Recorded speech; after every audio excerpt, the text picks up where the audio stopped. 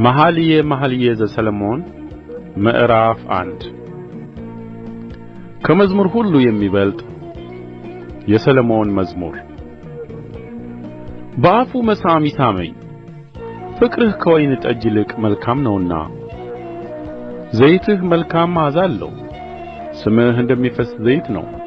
ስለዚህ ደናግል ወደዱህ። ሳበኝ፣ ከአንተም በኋላ እንሮጣለን። ንጉሡ ወደ ቤቱ አገባኝ። በአንተ ደስ ይለናል፣ ሐሤትም እናደርጋለን። ከወይን ጠጅ ይልቅ ፍቅርህን እናስባለን። በቅንነት ይወድዱሃል። እናንተ የኢየሩሳሌም ቈነጃጅት ሆይ፣ እኔ ጥቁር ነኝ፣ ነገር ግን ውብ ነኝ፣ እንደ ቄዳር ድንኳኖች እንደ ሰሎሞንም መጋረጃዎች። ፀሐይ መልኬን አክስሎታልና ጥቁር ስለ ሆንሁ አትዩኝ። የእናቴ ልጆች ተጣሉኝ፣ የወይን ቦታዎችንም ጠባቂ አደረጉኝ። ነገር ግን የእኔን ወይን ቦታ አልጠበቅሁም።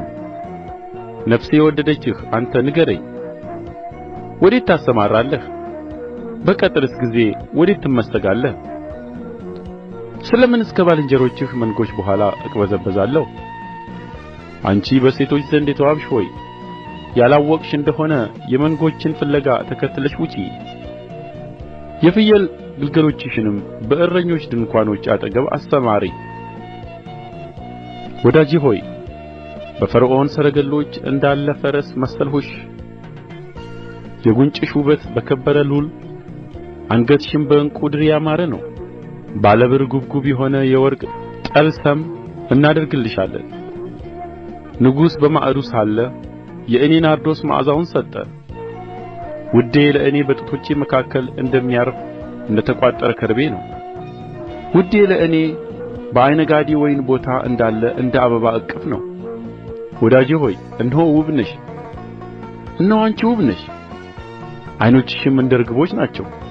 ውዴ ሆይ፣ እነሆ አንተ ውብ ነህ፣ መልከ መልካምም ነህ። አልጋችንም ለምለም ነው፣ የቤታችን ሰረገላ የዝግባ ዛፍ ነው፣ የጣሪያችንም መዋቀሪያ የጥድ ዛፍ ነው።